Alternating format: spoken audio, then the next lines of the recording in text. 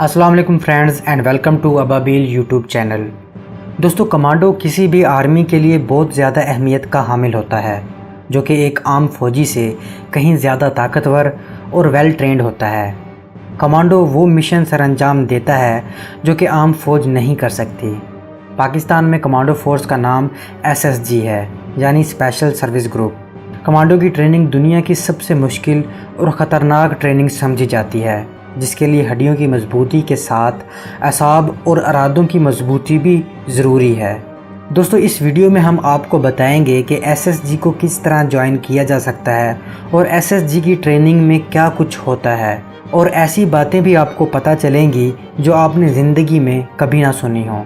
आगे बढ़ने से पहले अगर आपने अभी तक हमारा चैनल सब्सक्राइब नहीं किया तो ज़रूर कर लें, दफ़ाई इल्म में इजाफ़ा होगा। दोस्तों, SSG के लिए जो सबसे पहली रिक्वायरमेंट है वो ये है कि आपका फ़ौजी होना ज़रूरी है। SSG आर्मी से ही बंदे चुनती है, सिविल लोगों से SSG का कोई ताल्लुक़ नहीं है। आपका ताल्लुक़ आर्मी के किसी भी यूनिट से हो, आप SSG ज्वाइन कर सकते हैं। रूल्स के मुताबिक आपकी आर्मी सर्विस 5 साल हो तो आप अप्लाई कर सकते हैं, लेकिन आजकल 2 से 3 साल की सर्विस वाला भी अप्लाई कर सकता है। ये भी ज़हन नशीन कर लें कि आप खुद अपनी मर्ज़ी से जब चाहें अप्लाई नहीं कर सकते। जब SSG की वैकेंसी आती है तो SSG की टीमें हर यूनिट का चक्कर लगाती हैं और आपको मोटिवेट करती हैं। SSG में जाने की सबसे बड़ी शर्त यह है कि आप अपनी मर्ज़ी से, अपनी खुशी से SSG में जाना चाह रहे हैं, ना कि किसी ऑफिसर या सीनियर के कहने पर। आपकी हामी भर लेने के बाद आपका फिटनेस टेस्ट होता है, जो कि एक फ़ौजी के लिए मामूली बात है। इस फिज़िकल टेस्ट में 1 मिनट में 40 पुशअप्स, 1 मिनट में 40 सिटअप्स और 7.5 मिनट में 1.5 मील की रनिंग होती है। इसको पास कर लेने के बाद मेडिकल टेस्ट और सिक्योरिटी क्लियरेंस देखी जाती है। दोस्तों, आपको एक फ्री टिप भी दे देता हूँ। हर इंसान को अपना पता होता है कि उसमें कितनी क़ुव्वत बर्दाश्त है और उसकी हड्डियाँ कितनी मजबूत हैं। अगर आपको लगता है कि आपकी हड्डियाँ ज़्यादा मार नहीं झेल सकती तो SSG में जाने का सोचिए भी मत, क्योंकि ये कमांडो की ट्रेनिंग है, कोई आम ट्रेनिंग नहीं है। खैर, सिलेक्शन के बाद आपको ट्रेनिंग के लिए KPK में चिराट सेंटर में भेजा जाता है। ट्रेनिंग सेंटर के अंदर इंटर होते ही आपको कहा जाता है कि सामान गेट पर रख दो और फ्रंट रोल शुरू कर दो, चाहे आपने कॉटन का या लट्ठे का सूट क्यों ना पहना हो।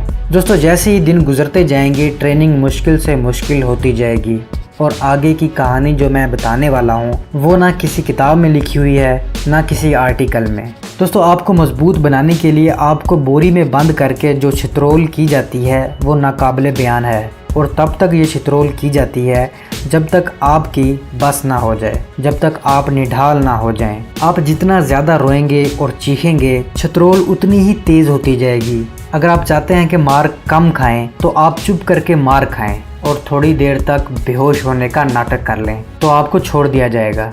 इस मार कुटाई का मकसद ये है, अगर आप दुश्मन के हाथ लगते हैं तो आप मार बर्दाश्त कर सकें। एक मरहले में आपको पैराशूट ट्रेनिंग स्कूल ले जाया जाता है।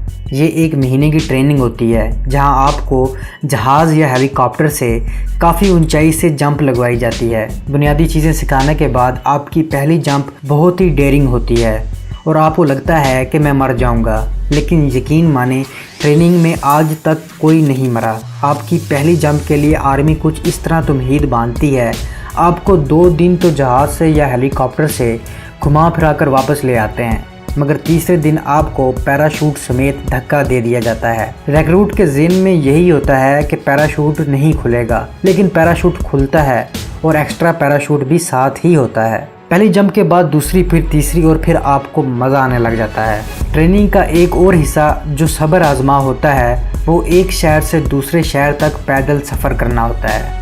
ये सफ़र पेशावर से चिराट तक होता है, जो कि तकरीबन 70 किलोमीटर तक बनता है। ये सफ़र आपने 30 किलोग्राम मिलिट्री गियर के साथ तय करना होता है। इसके अलावा 36 मील का सफ़र 12 घंटे में अलहदा है। आर्मी रूल की खिलाफ वर्जी करने पर आपकी दौड़ बढ़ा दी जाती है और सज़ाएं भी दी जाती हैं। आपको special weapon training, karate, judo वगैरह भी सिखाए जाते हैं। रिक्रूट को सर्वाइवल स्किल ट्रेनिंग भी दी जाती है, जिसमें आपको सांप खाना और कच्चा गोश्त खाना और दांतों से मुर्गी, खरगोश वगैरह को ज़िबा करके खाना सिखाया जाता है। एसएसजी ट्रेनिंग में एक बड़ा दिलचस्प और ख़तरनाक मरहला भी आता है, जब आपको एक ख़तरनाक कुत्ते के मुंह से हड्डी छीननी पड़ती है। ये भी बहुत मुश्किल मरहला होता है। इस टेस्ट का मकसद आपको बताया जाता है कि आप हर नामुमकिन काम को मुमकिन कर सकते हैं। फिर एक मैप नेविगेशन का मरहला आता है, जिसमें बुनियादी चीज़ें सिखाने के बाद आपको वीरान जंगल में तन्हा छोड़ दिया जाता है, जहाँ से आपने मतलूबा जगह पर टाइम पर पहुँचना होता है। मैप नेविगेशन में आपको नॉर्थ साइड का मालूम होना ज़रूरी है। अगर आपको नॉर्थ का पता चल जाए तो आपको अपनी चारों सिमतों का पता चल जाएगा, पर जंगल में आपको नॉर्थ का कैसे पता चलेगा? यही चीज़ तो सिखाई जाती है। जंगल में अगर आपको सूरज नज़र आ रहा है तो सूरज से पता चलेगा, अगर रात है तो चाँद से, अगर चाँद नहीं निकला तो सितारों से। दोस्तों, ये वही सितारे हैं जिसे हम दुब्बे अकबर कहते हैं, जिसे हमने 9वीं 10वीं की क्लास में पढ़ा था। अगर सितारे नज़र नहीं आ रहे तो आसपास कब्र है तो कब्र से पता चल जाएगा। अगर कब्र नहीं है तो आपको जंगल में मौजूद किसी दरख्त के फल से पता चल जाएगा। और अगर फल भी नज़र नहीं आता तो आप किसी जोहड़ के पानी पर किसी दरख्त का पता रख कर उस पत्ते के ऊपर सुई या कोई बारीक लोहे की चीज़ रखें तो आपको नॉर्थ का पता चल जाएगा। गर्ज ये कि आपको नॉर्थ का पता होना चाहिए। इस नॉर्थ वाली कहानी पर अलग से वीडियो बन सकती है अगर आप लोग चाहें तो इस मरहले के अलावा एक और ख़तरनाक ट्रेनिंग मरहला आता है, जिससे मुझे तो कम से कम बहुत ज़्यादा डर लगता है। सोचकर ही रोंगटे खड़े हो जाते हैं। और इस डर का एहसास उसी को हो सकता है जिसने कभी डैम को अपनी आंखों से बराह रास्त देखा हो। दोस्तों, ये मरहला तैराकी का है। फुल आर्मी यूनिफॉर्म में G3 राइफल समेत आपको डैम के खड़े पानी में फेंक दिया जाता है। दोस्तों, ये डैम तरबेला डैम है। याद रहे कि खड़े पानी में तैरना मुश्किल होता है और ऊपर से इतने सारे वजन के साथ आपको पानी में काफ़ी घंटे गुजारने पड़ते हैं। और एक वक्त ऐसा भी आता है जब आपके हाथ बांधकर आपको पानी में फेंक दिया जाता है। याद रहे कि एसएसजी की ट्रेनिंग 6 महीने की होती है और अगर आप दिल हार बैठे हैं, आपने गिव अप कर दिया है, तो आपसे ज़बरदस्ती नहीं की जाती, बल्कि आपको रोटियां बनाने पर लगा दिया जाता है और 6 महीने बाद यूनिट में वापस भेज दिया जाता है।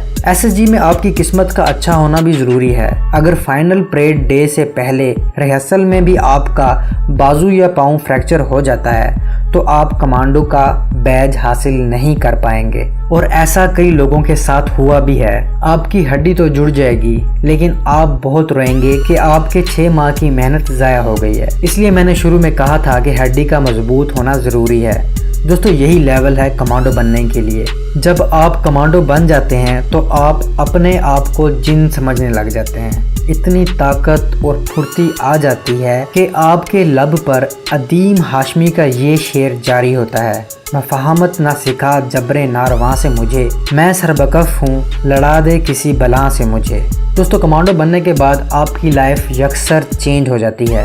आपकी यूनिट तब्दील, ड्यूटी तब्दील, आपकी तनख्वाह बढ़ा दी जाती है। आर्मी के थ्रू बाहर के मुल्क जाने के चांसेस बढ़ जाते हैं। आपको स्पेशल ड्यूटी, स्पेशल खाना दिया जाता है। आपको स्पेशल ऑपरेशन के लिए भी बुलाया जाता है।